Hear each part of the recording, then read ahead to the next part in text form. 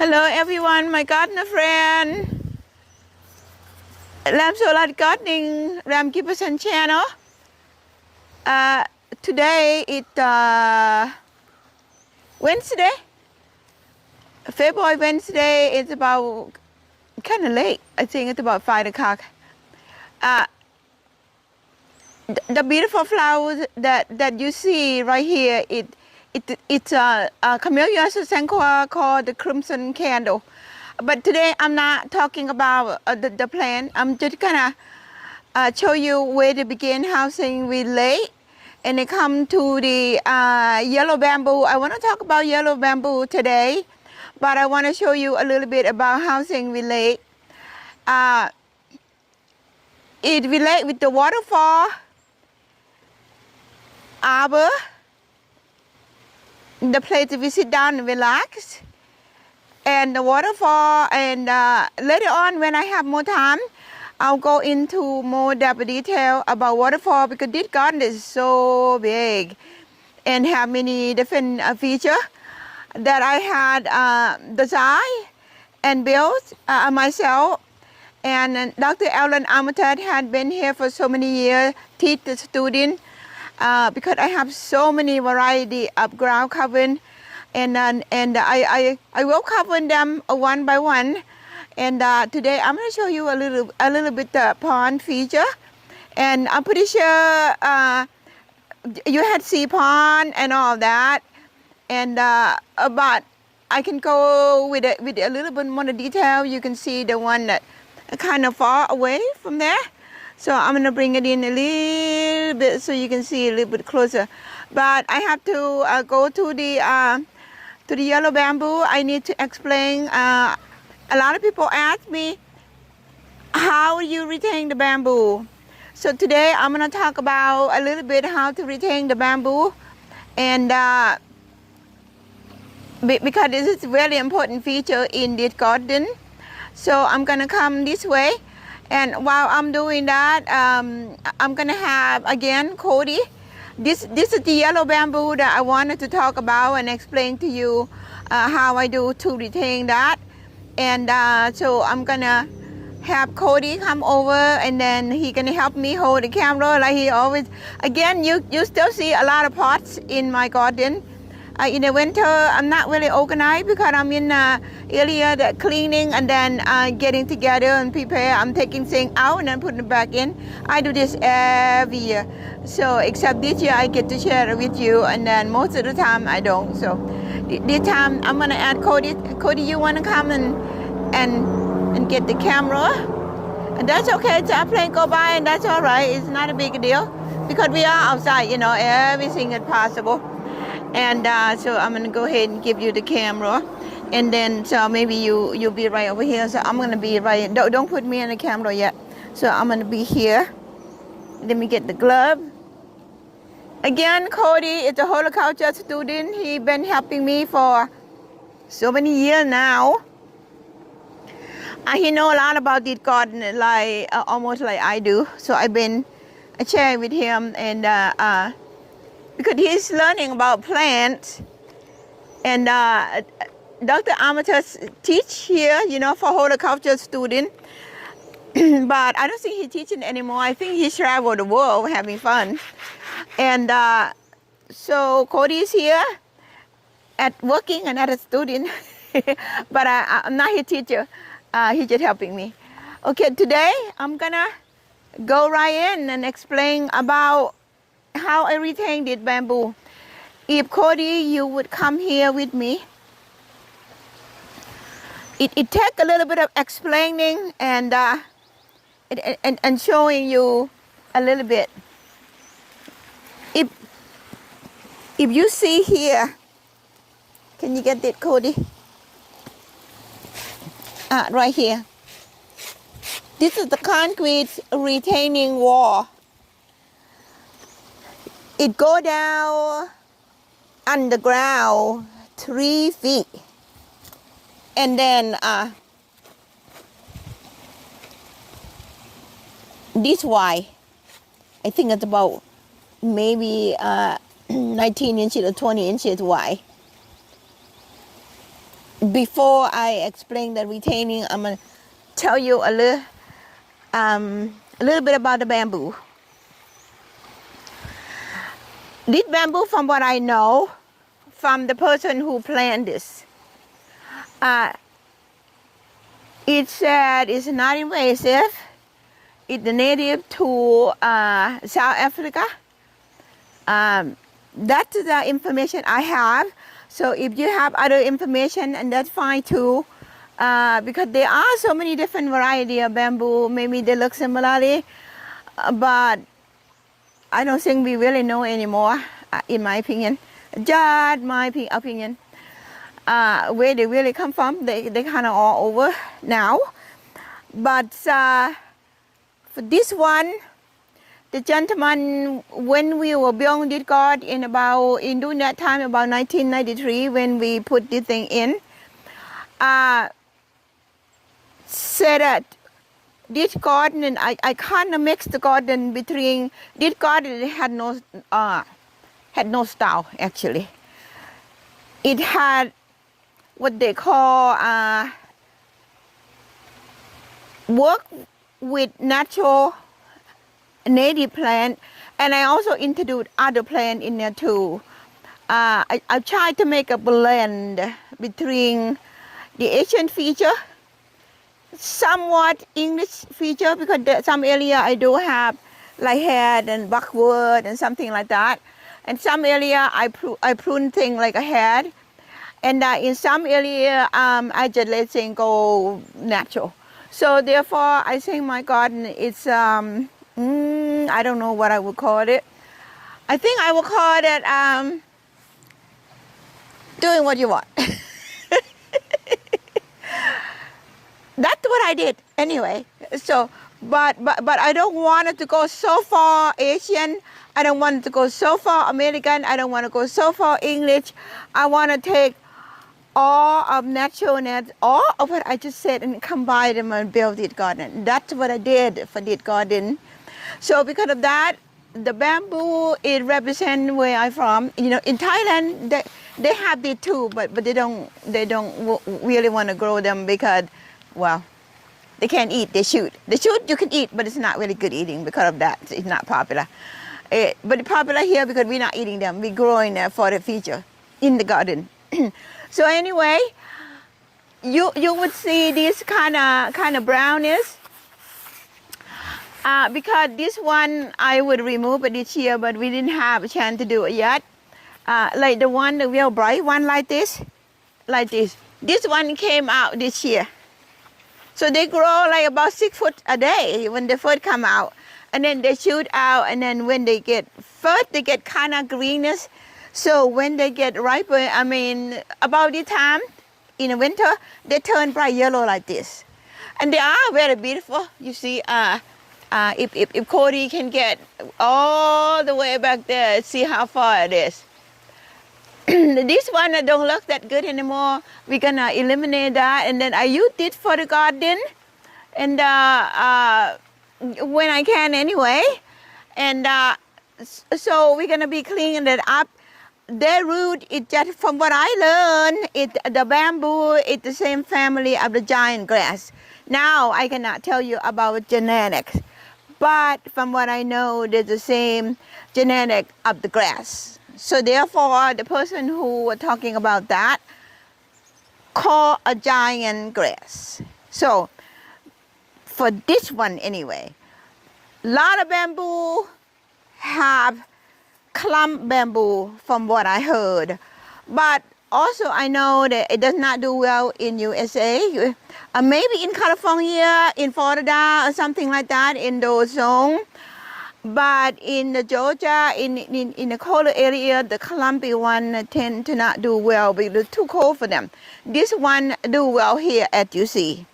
So, but it is invasive and it is beautiful, and it gives a very, very good feature for the garden. So I'm gonna walk around to allow you to see. This way, I want Cody to start from here. We're gonna create a panorama, a feature. This way, I'm gonna want Cody to kind of, let's say if you here, you walk around, you see all the maple here. I'm preparing to sell them in the springtime, so that's why you see it here. So it go around into the circle.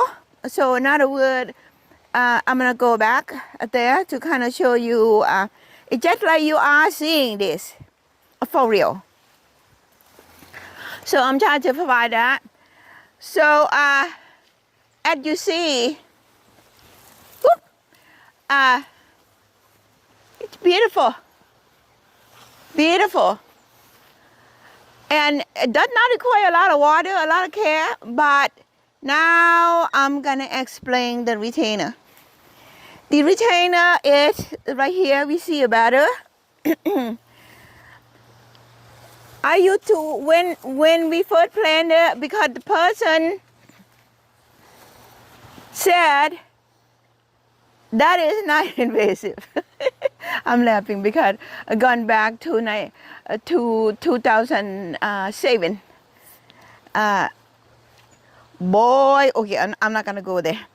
So we planted about 1993. By 1996, 2007, somewhere there. It was underneath of my house. It was all over here. It was all over to the fence. It was across the line here, everywhere. I tried to control that by knocking it off, knocking the shoot off, and of course I eat them because they're good, for me anyway. But I can't keep it up because their root go on the ground. It makes the ground so hard. And I can't really dig the ground and plant anything. So I know I'm in trouble. So Tom, my husband, actually got with the guy and buy it and plant it here for my birthday. Because the guy says it's not invasive. But years later, it took over the garden. I was really happy and to have that. So a year later, it took over the garden. And Tom also said, well, we had to do something with the bamboo or we move. And then I said, we can't really move, you know, because we had built waterfall, we had planted a lot of things. We had really built the garden in here. So I thought, okay, well, this is a story. Then we have to do something. So I had a clue, like about 4 guys in the summer in 2007. Spent almost 2 months.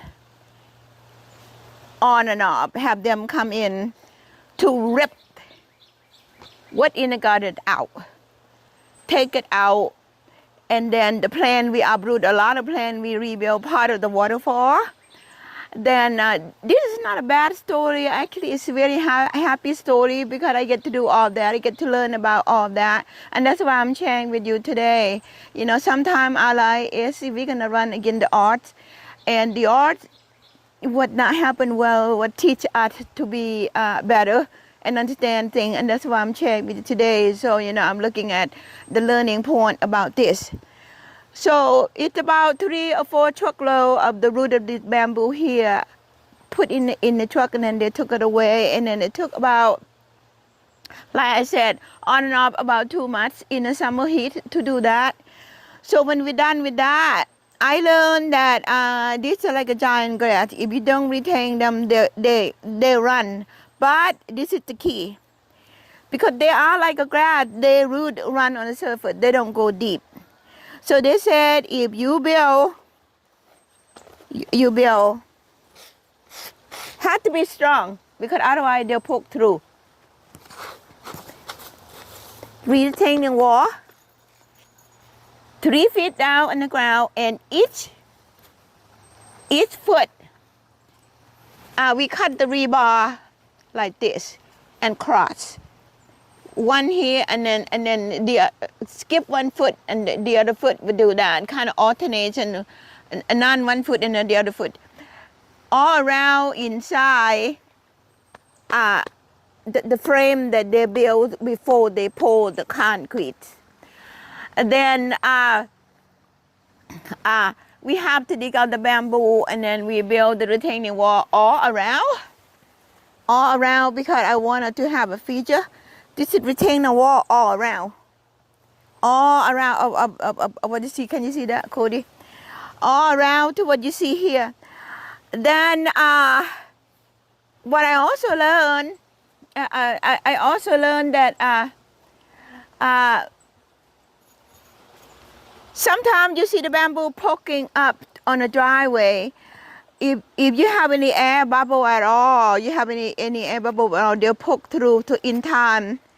It doesn't matter concrete or what, they come through.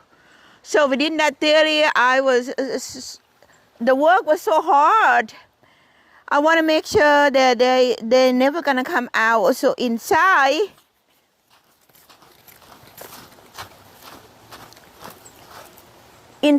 here, I ordered the metal sheet come in the roll. We wrap around it. That was very hard to handle because, metal sheet. We wrap around it parallel to the circle of the concrete inside, all around, and then make sure that there is no gap. We run a lot of tape and glues and the bonding and all those kind of things. There is no gap in between here, all around the metal sheet come up to the rim of the concrete. Then the bamboo, we didn't dig it out all, we kind of carved around it. So what remained, and we added on some more, and then now it's been in there since 2007. This retaining wall now, I need to explain if you want to do it. Have to keep it clear. And this, see, when I moss, I make sure that it's clear because sometimes it comes with moss too much. They'll creep out, you were not gonna see it. So therefore, it had to keep this like a gigantopod bell under the ground, and kind of basically like that. And one time we not really watching for a while, and it got out here, but we caught it soon. Then we took care of that. So now this is the golden bamboo.